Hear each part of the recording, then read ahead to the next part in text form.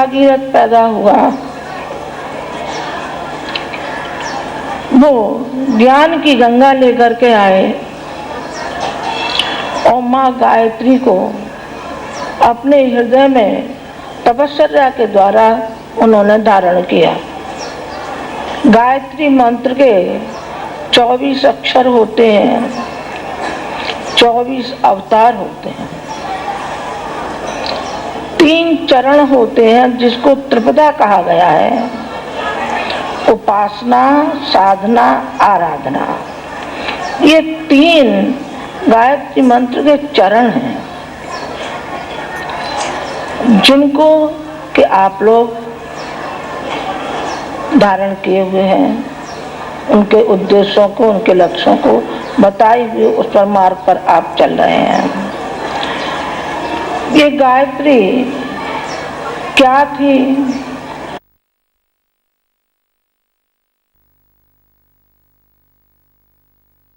भी इसको नहीं जानते थे। एक धूल में दबी हुई, जिस तरीके से अहिल्या पत्थर हो गई थी सांप से, और जब भगवान राम के चरण पड़े तो उसका उद्धार होता हुआ चला गया। इसी तरीके से सांप मोचन थी, ये तो मैं नहीं कहती, लेकिन एक बात मैं कहती हूँ, वो ये कि जो हमारी माँ पाषाण के नीचे दबी हुई थी, जो हमारी धूल के नीचे दबी हुई थी, उस माँ को उन्होंने अपने हृदय में धारण किया। और हृदय में स्वयं ही धारण नहीं किया, बल्कि जन जन तक गायत्री माँ को उन्होंने पहुंचाया, घर घर पहुंचाया। आपको नहीं मालूम कि उन्होंने जिंदगी में कितने कष्ट उठाए, आपको नहीं मालूम। आपको तो पका हुआ मिल गया है, और उन्होंने ही पकाया है। जो पकाता है वो महत्व समझता है, जो कमाता है पैसा वो उसका महत्व समझता है, और जिसने कमाया ही नहीं, बाप दादा की कमाई है, वो क्या महत्व समझेगा उस पैसे का? उस पैसे का महत्व नहीं समझेगा। आपने कमाया नहीं है, इसलिए आपको महत्व नहीं है। उन्होंने जिंदगी में कमाया और सारे जिंदगी उसी में उन्होंने झोंक दी। न परवाह की बच्चों की, न परवाह की किसी रिश्तेदार की, न परवाह की किसी की। वो अपने सिद्धांत तो अपने असूलों के धनी थे,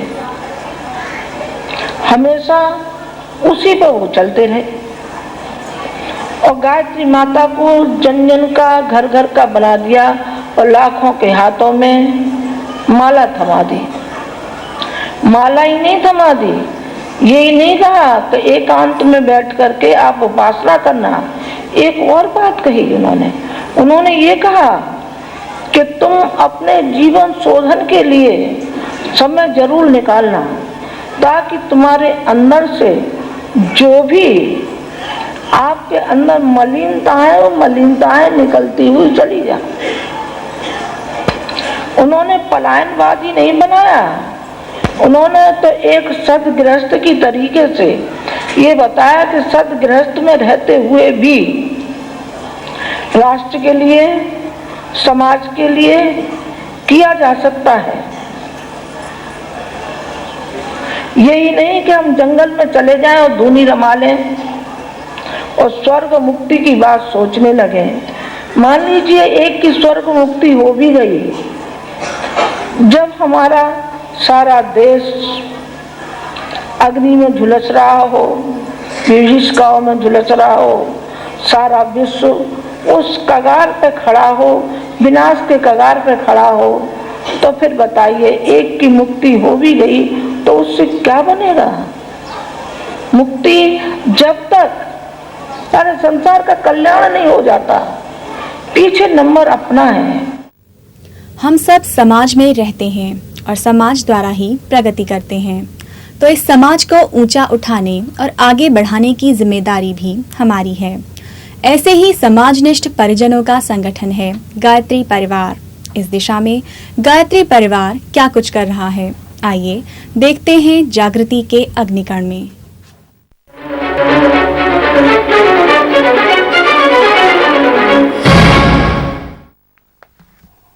नमस्कार, अखिल विश्व गायत्री परिवार के समाचारों में आपका स्वागत है। अखिल विश्व गायत्री परिवार समाज के नवनिर्माण हेतु संकल्पित कार्यकर्ताओं का कौशल बढ़ाने के लिए विभिन्न कार्यशालाएं आयोजित कर रहा है। इसी क्रम में जयपुर, सिलीगुड़ी, शिमला, फैजाबाद, अंबाजी गुजरात, कोलकाता, भोपाल तथा रायपुर की कार्यशालाओं के बाद हाल ही में उड़ीसा प्रांत के कटक नगर में प्रांतीय कार्यशाला का आयोजन किया गया। इस कार्यशाला में पूरे उड़ीसा के लगभग 2000 कार्यकर्ताओं ने भाग लिया। कटक जोनल कार्यशाला का शुभारंभ श्रद्धेय डॉक्टर प्रणव पंड्या जी के उद्बोधन से हुआ।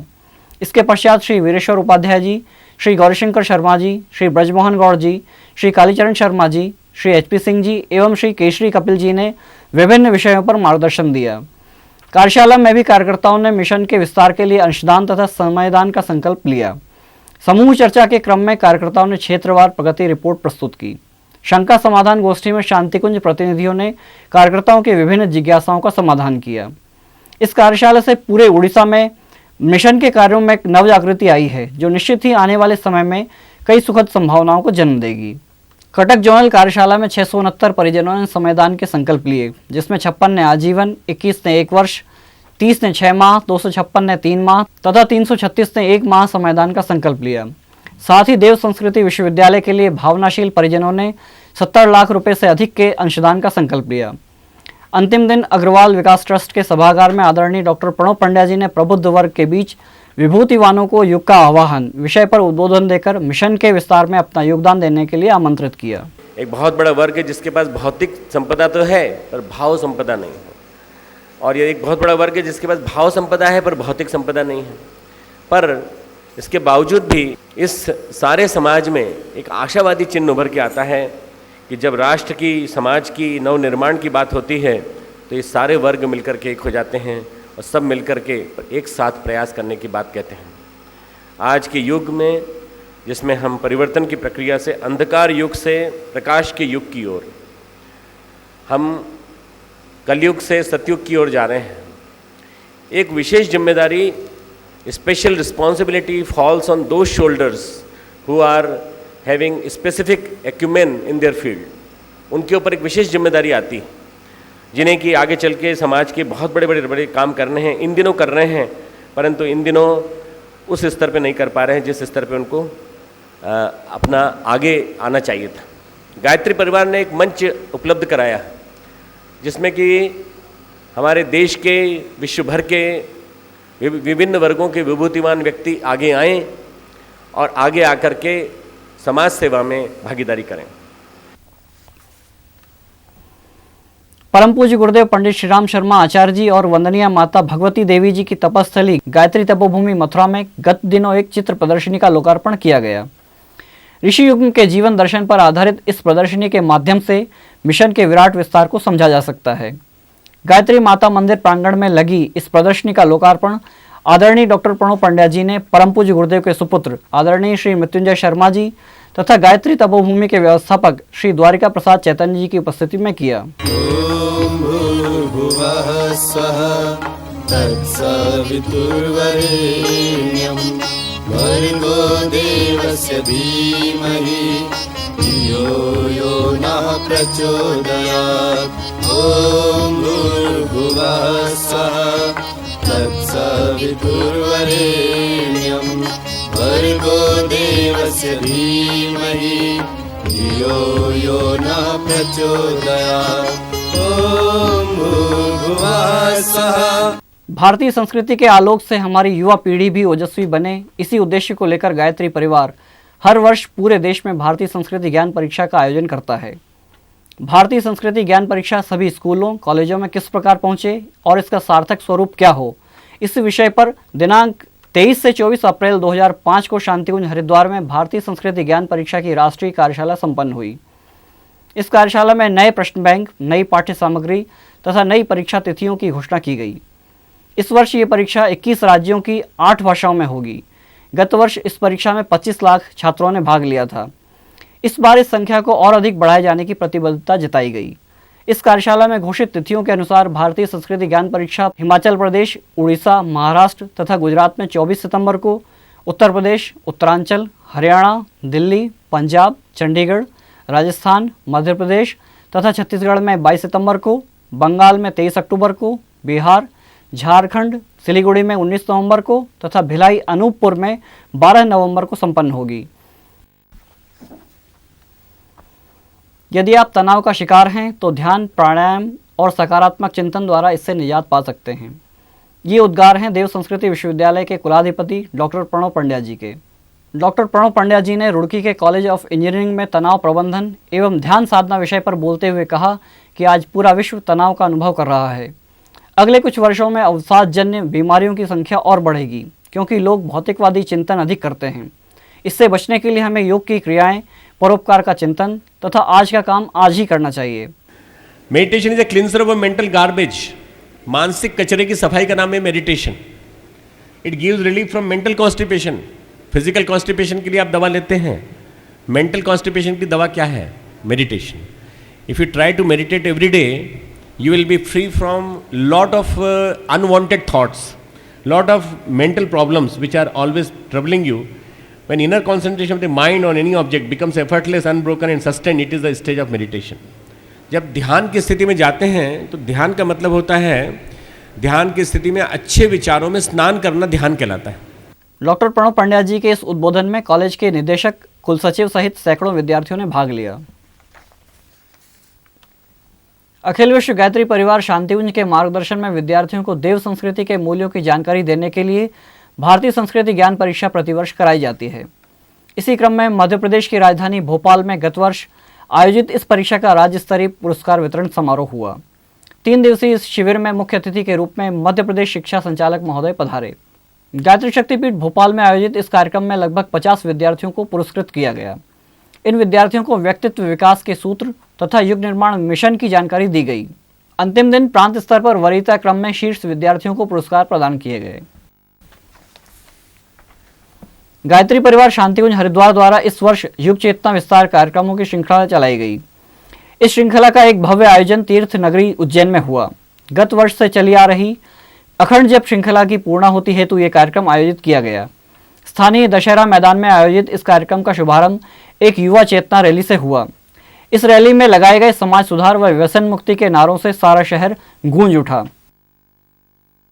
दूसरे दिन शांतिकुंज प्रतिनिधियों ने नगर निगम के अध्यक्ष की उपस्थिति में युवा सम्मेलन में युवाओं का राष्ट्र निर्माण के लिए आह्वान किया। सायंकाल 2400 वेदी दीपक से पूरा कार्यक्रम स्थल जगमगा उठा। असमय बारिश होने के बावजूद भी गुरुसत्ता की कृपा से यह कार्यक्रम निर्विघ्न संपन्न हुआ, जिसमें उज्जैन वासियों ने युग निर्माण की गतिविधियों को आगे बढ़ाने के लिए बढ़ चढ़कर संकल्प लिए। अभी हाल ही में भारत और पाकिस्तान के रिश्तों में सुधार की लहर आई है।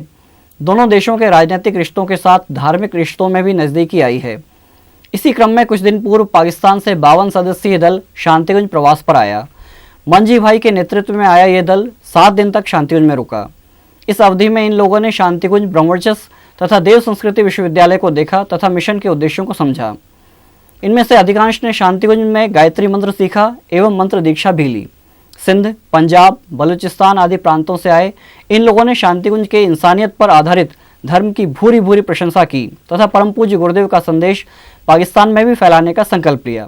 शांति कुंज के अंदर हम आकर और सबों ने, पाकिस्तानी यात्रियों ने शांति पाई और ये भावना यहाँ से लेकर जा रहे हैं, जिस भावना से हम आए हैं कि दोनों मुल्कों की तरक्की और इस्तेकाम के लिए और दुआ करेंगे और वहाँ जाकर हम हवन यज्ञ करेंगे और दूसरे भाइयों को भी सिखाएंगे ताकि दुनिया को ये बताएंगे कि हिंदुस्तान और पाकिस्तान की अवाम जंग और बारूद से नफरत करती है, प्यार और अमन और शांति चाहती है। ये शांति कुंज है अमृत की धारा, जो कोई आवे पावे ज्ञान सारा। जो कोई आवे निर्मल धामे, नैणों में नीर वही वही तो हो जाए शांति कुंज से पारा।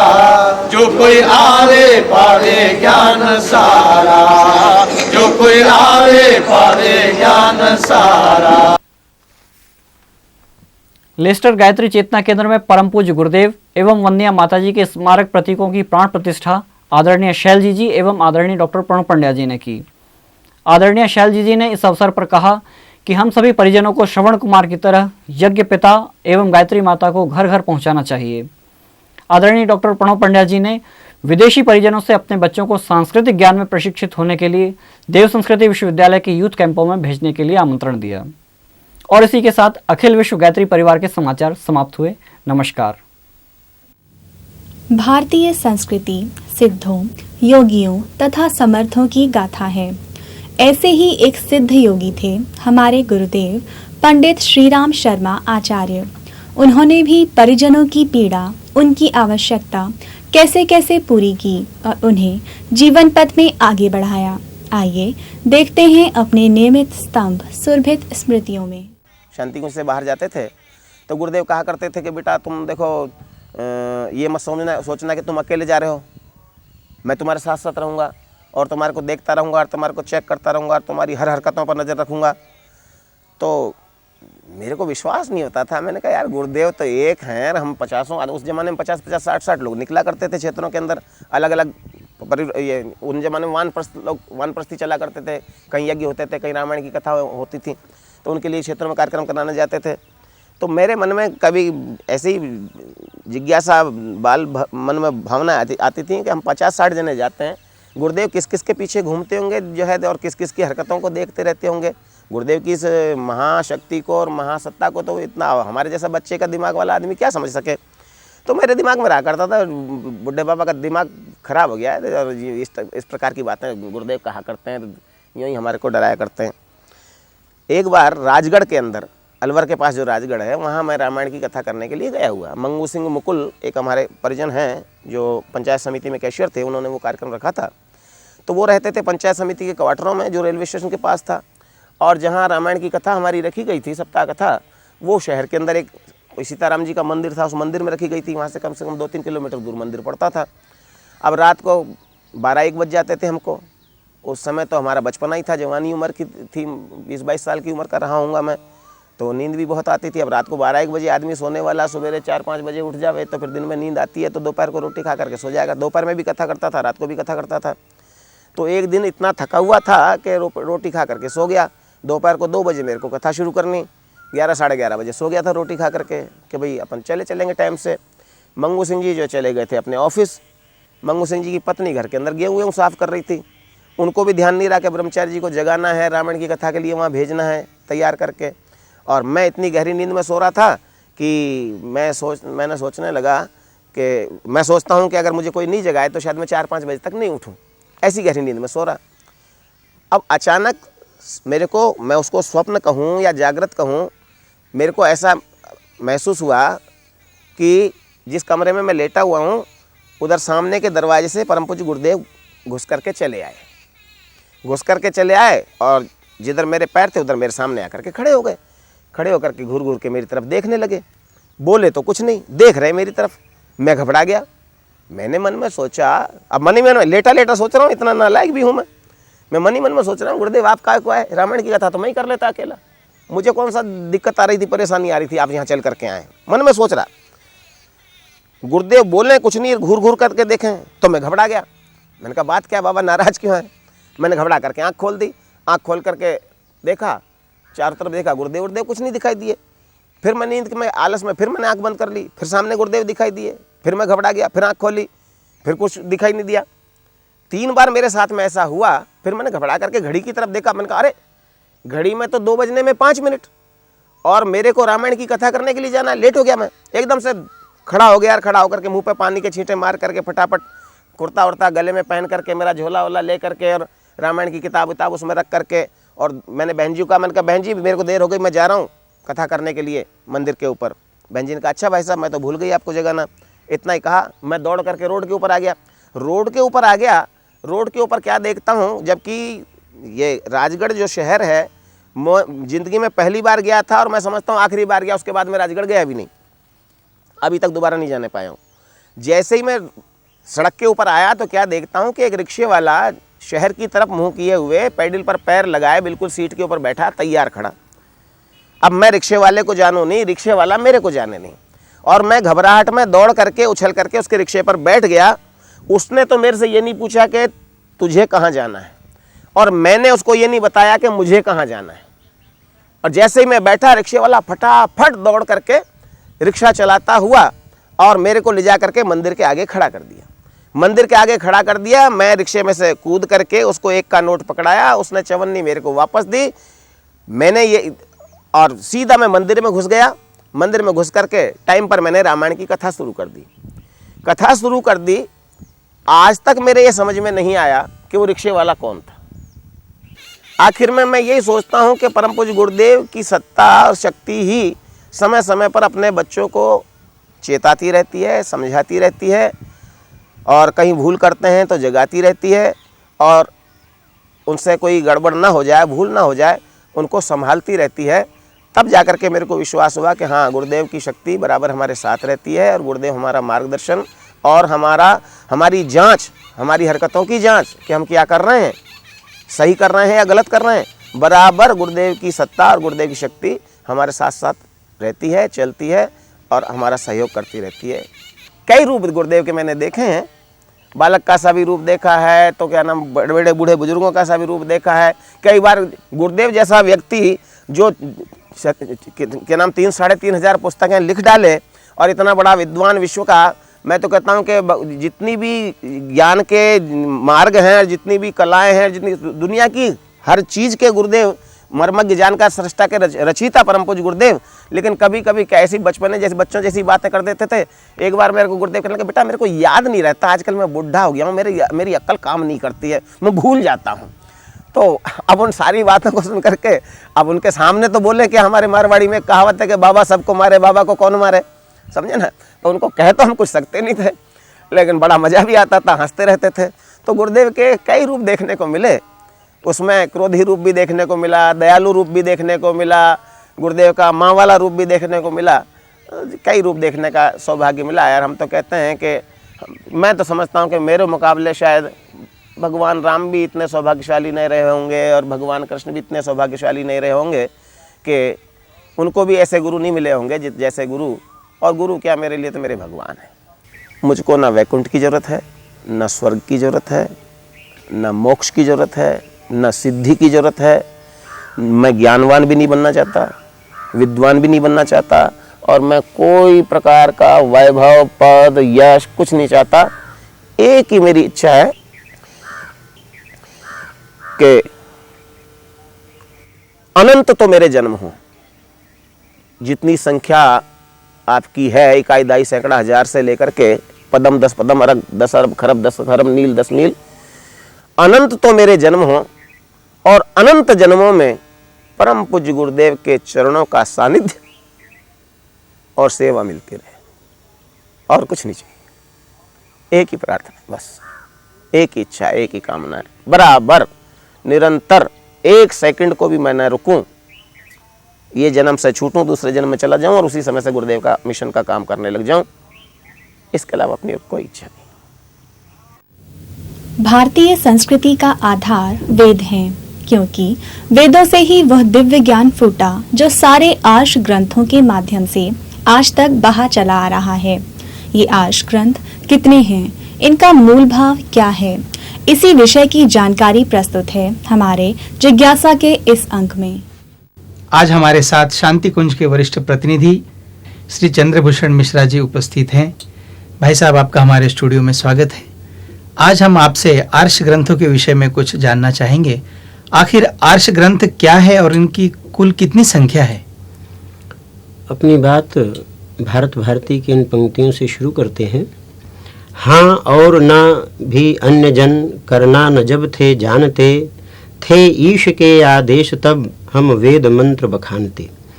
विश्व पटल पर संस्कृति और सभ्यता का जब इतना विकास नहीं हुआ था कि लोग ठीक से अपनी बात रख सकते थे, उस समय हमारे इस देश के ऋषियों मनीषियों ने वेद मंत्रों का उद्गान किया था।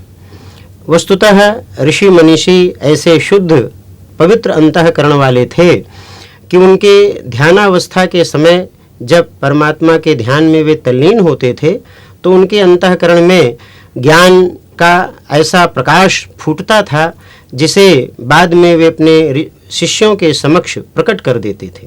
वो परमात्मा का शाश्वत ज्ञान था और ऋषियों के अंतःकरण में प्रकट होता था और वो कर्ण परंपरा से शिष्यों से फिर उनके शिष्यों में फिर उनके शिष्यों में वो ज्ञान आगे बढ़ता रहा, इसीलिए उसे श्रुति कहा गया। तो ऋषियों से चूंकि यह ज्ञान प्रवर्तित हुआ, प्रकट हुआ, इसीलिए उस ज्ञान को आर्ष ज्ञान कहते हैं। वही ज्ञान जब उपनिबद्ध किया गया, लिपिबद्ध किया गया, तो उसे ही आर्ष ग्रंथ कहे जाने लगे। वेद भी इन्हें ही कहा जाता है। वेदों की संख्या वैसे तो चूंकि ज्ञान की धाराएं अनंत हैं, इसीलिए वेद को अनंत कहा गया है, अनंतम वै वेदाः। लेकिन व्यावहारिक दृष्टि से चूंकि ये 4 प्रमुख धाराएं हैं, एक को ऋग्वेद कहा गया, दूसरे को यजुर्वेद कहा गया, तीसरा सामवेद और चौथा अथर्ववेद। चूंकि ये वेद जो मूल रूप में प्रकट हुए, तो इन मंत्रों के संकलन को संहिता कहते हैं। लेकिन हर संहिता के अपने ब्राह्मण हैं, अपने आरण्यक हैं, अपने उपनिषद हैं। ब्राह्मण में मुख्य रूप से जो वेद प्रकट हुए थे उनकी व्याख्या विवेचना है। उसी को जब तपोवनों में ऋषि मुनि उस पर चिंतन मनन करते थे उनके दार्शनिक तत्वों पर, तो उसे आरण्यक कहा गया। और जिनमें विशुद्ध रूप से आत्मविद्या ब्रह्म विद्या थी, उनको उपनिषद कहा गया। तो इस प्रकार से संहिता, ब्राह्मण, आरण्यक और उपनिषद, ये 4 वेद की 4 धाराएं हैं और ऋग्वेद, सामवेद, यजुर्वेद और अथर्ववेद के रूप में उन नामों को हम जानते हैं। इन आर्ष ग्रंथों के बारे में आपने हमें बहुत अच्छा ज्ञान दिया। एक प्रश्न हमारा और है कि इनकी मूल विषय वस्तु क्या है, इनमें किस चीज़ का मूलतः प्रतिपादन हुआ है? अच्छी बात है। ऋग्वेद जो ऋषियों ने, जिनके अंतःकरण में ये पहली बार प्रकट हुए, तो ऋग्वेद का उद्देश्य प्रयोजन ये था कि जब वो यज्ञादिकों में देवताओं की स्तुतियाँ जिसमें होती थीं, तो स्तुति परक जितने मंत्र हैं उनको ही ऋक् कहते हैं। ऋच्यते स्तूयते इत ऋक्, जिनमें देवताओं की स्तुतियाँ हैं वे ऋचाएँ कहलाईं और उन्हीं का संकलन ऋग्वेद कहलाया। यजुर्वेद में यज्ञीय प्रतिपादन है, यज्ञ का ज्ञान विज्ञान जिसमें व्यक्त हुआ है, यजुर यजतेह, इस सूत्रानुसार यज्ञों के ज्ञान विज्ञान का संकलन जिनमें है, जिन मंत्रों में, वो यजुर्वेद है। और गीतिषु सामाख्या, वेद मंत्रों में के माध्यम से जो ऋषियों ने देवताओं का उद्गान किया था, देवताओं की स्तुतियाँ की थीं, तो कुछ विशेष आरोह अवरोह के साथ किया था, गायन की विशेष पद्धति से किया था। तो जिन मंत्रों में गायन की विशेष पद्धतियाँ हैं उन्हीं को साम कहा जाता है। और अथर्ववेद उन्हें कहते हैं जिसमें ज्ञान विज्ञान की प्रत्यक्ष धारा है, भौतिक ज्ञान विज्ञान जिसमें है, स्थापत्य कला है, जड़ी बूटियों की विशेषताएं हैं, वृक्ष वनस्पतियों के गुण धर्म आदि का वर्णन है। तो इस तरह से जो ज्ञान विज्ञान की अन्यान्य धाराएं हैं वे सब अथर्ववेद में हैं। तो इस प्रकार से देवताओं की स्तुतियाँ जिनमें हैं वो ऋग्वेद, जिनमें यज्ञ का ज्ञान विज्ञान है वो यजुर्वेद, जिसमें गायन की पद्धति में मंत्रों का संकलन है वो सामवेद, और जिनमें ज्ञान विज्ञान की अन्यान्य धाराएं हैं वो अथर्ववेद कहलाया। इनकी मूल भाषा तो संस्कृत है, और जबकि हमारे देश में अधिकतर लोग संस्कृत भाषा को नहीं जानते, तो फिर ये जन सामान्य के लिए सुलभ कैसे हों, जन सामान्य इसको किस तरह आत्मसात कर पाएंगे? हाँ, अच्छा प्रश्न है ये। वस्तुतः ये मूल संस्कृत में तो है ही, और संस्कृत भी ऐसी है जो अति प्राचीन काल की है। वर्तमान में जो लोग संस्कृत पढ़ते हैं, संस्कृत से एमए करते हैं, अन्य विषय पढ़ते हैं, उनके लिए भी ये कठिन है, और सामान्य के लिए तो बहुत ही कठिन है, क्योंकि वो उस समय का की संस्कृत है जिस समय लोगों को अन्य भाषाओं का या और किसी का ज्ञान नहीं था। तो आदिम संस्कृत ये कहलाती है। लेकिन वर्तमान समय में इसका हिंदी रूपांतरण करके, अन्यान्य भाषाओं में रूपांतरण करके इस ऋषियों के शाश्वत ज्ञान की इन विभिन्न धाराओं को जन सुलभ बनाया जा सकता है। क्योंकि उस रूप में लोग कम समझ पाते हैं, लेकिन यदि आज की भाषा में इसे रूपांतरित करके प्रस्तुत किया जाए तो ये ज़्यादा स्वाभाविक होगा और इसका लाभ लोगों को अधिक मात्रा में अच्छे ढंग से प्राप्त होगा। तो ये रूपांतरण करके हिंदी अथवा जिस भाषा को लोग समझते हैं, जानते हैं, उसी भाषा में यदि इसको रूपांतरित करके किया जाए तो वो ज़्यादा उपयोगी हो। जैसा कि आपने बताया, इन आर्ष ग्रंथों को यदि हिंदी में अनुवादित करके सुगम भाषा में जन जन तक हम पहुंचा सकते हैं, ऐसा कुछ प्रयास विगत कुछ दिनों से शांति कुंज के द्वारा प्रारंभ हुआ है। वर्तमान में इसकी क्या स्थिति है? वर्तमान में इन आर्ष ग्रंथों के शोध अध्ययन को लेकर गायत्री परिवार क्या कुछ कर रहा है? वैसे तो परम पूज्य गुरुदेव ने 60-61 में इन वेदों का हिंदी में भाष्य प्रस्तुत किया था, लेकिन उसमें एक भूमिका में एक बात लिखी थी कि समय मिलेगा तो अभी जो सामान्य जनों के लिए सामान्य स्तर पर ये भाष्य लिखा गया है, लेकिन इसमें कुछ वैज्ञानिक टिप्पणियों को जोड़ करके और इसको ऐसा प्रस्तुत किया जाएगा जिससे कि वर्तमान समय में जो वैज्ञानिक मस्तिष्कीय व्यक्ति हैं वो उसको पसंद करें और उनके लिए प्रेरणादायी सिद्ध हो सके। तो ये कार्य यहाँ शांति कुंज में वंदनीय माता जी के आदेश से सन 1992 में प्रारंभ हुआ। वेद विभाग की स्थापना हुई और यहाँ क्रमशः चारों वेदों का 8 जिल्द में प्रकाशन हुआ। क्रम इसका यही रखा गया है कि जहाँ गुरुदेव के उसी भाष्य के आधार पर हिंदी रूपांतरण रिवाइज करके प्रस्तुत किया गया, वहीं उसमें उन मंत्रों के नीचे फुटनोट दिया गया जिनमें वैज्ञानिकता उसमें जुड़ी हुई थी। तो उसको पढ़ करके व्यक्तियों में उत्सुकता बढ़ती है, उनको और जानने की इच्छा होती है और इस तरह से लोग उन वेद के शाश्वत ज्ञान से परिचित होते हैं और ये क्रम आगे चल रहा है। गायत्री परिवार ने इसमें और योगदान दिया 2 तरह का। एक तो योगदान इसमें हुआ कि जो सबसे पहले यहाँ वेद विभाग की स्थापना होकर के वेदों का प्रकाशन हुआ वो हिंदी में हुआ, लेकिन आगे चल करके गुजराती भाषा में भी इसका भाषांतर किया गया, उड़ीसा में भी उड़िया भाषा में भाषांतर किया गया और इसी तरह से अन्य भाषाओं में भाषांतर करके इसको जन जन तक पहुँचाया जा रहा है। दूसरा प्रयास यह है कि इन वेदों की घर घर स्थापना होने के लिए गायत्री परिवार ने एक आंदोलन चलाया है, वेद स्थापना का आंदोलन, जिसमें लोग घर घर में घरों घरों में वेद की स्थापना की प्रतिष्ठा महत्ता बताते हैं और स्थापित कराते हैं। और केवल स्थापित ही नहीं कराते बल्कि उनके पठन पाठन पर जोर देते हैं, पठन पाठन के लिए लोगों को प्रेरित करते हैं, जिससे कि ऋषियों का वो शाश्वत ज्ञान, ऋषियों की वो मूल थाती आज भी लोगों के लिए जितनी उपयोगी है वो उपयोगिता सबकी समझ में आवे और लोग उससे लाभ उठा सकें। जैसा कि आपने बताया, वेद मूर्ति पंडित श्री राम आचार्य जी ने इनका भाष्य किया और गायत्री परिवार वेदों की स्थापना घर घर में जन जन तक कर रहा है। अब हम ये जानना चाहेंगे कि आर्ष ग्रंथों की सामान्य व्यक्ति के जीवन में क्या उपयोगिता है, सामान्य व्यक्ति के जीवन में इसके क्या क्या लाभ हैं? वैसे तो वेदों में ज्ञान विज्ञान का के बड़े गूढ़ रहस्य भरे हुए हैं, फिर भी वर्तमान समय में लोगों के लिए इतने सारे सूत्र उसमें विद्यमान हैं कि लोग चाहें तो उसका लाभ अभी भी उठा सकते हैं। आज के समय में भी वो बड़ा ही प्रासंगिक, बड़ा उपयोगी है। और उसका कारण सबसे बड़ा ये है कि वेदों का जो प्रकटीकरण हुआ है, ऋषियों ने जिस ध्यानावस्था में उसे प्राप्त किया है और जो ज्ञान प्राप्त हुआ है वो शाश्वत ज्ञान है। शाश्वत का तात्पर्य ऐसा होता है कि वो कभी अप्रासंगिक नहीं होता है, वो सदैव उसकी प्रासंगिकता विद्यमान रहती है, आवश्यकता केवल उससे लाभ उठाने की होती है। मैं कुछ उदाहरण इसमें देना चाहूँगा। वेद मंत्र एक कहता है, कुर्वन्ने वेह कर्माणि जिजी विषेक क्षतग्वं समाह। मनुष्य कर्म करते हुए 100 वर्ष तक जीवित रहने की इच्छा करे। अब ये मंत्र क्या कह रहा है? यह मंत्र मनुष्य को निरंतर कर्मठ बने रहने का संदेश देता है। कर्म करते हुए ही 100 वर्ष तक हम जीवित रहना चाहें, जीवित रहें, अपने कार्य में सक्रिय रह करके कर्मयोग का शिक्षण ये देता है।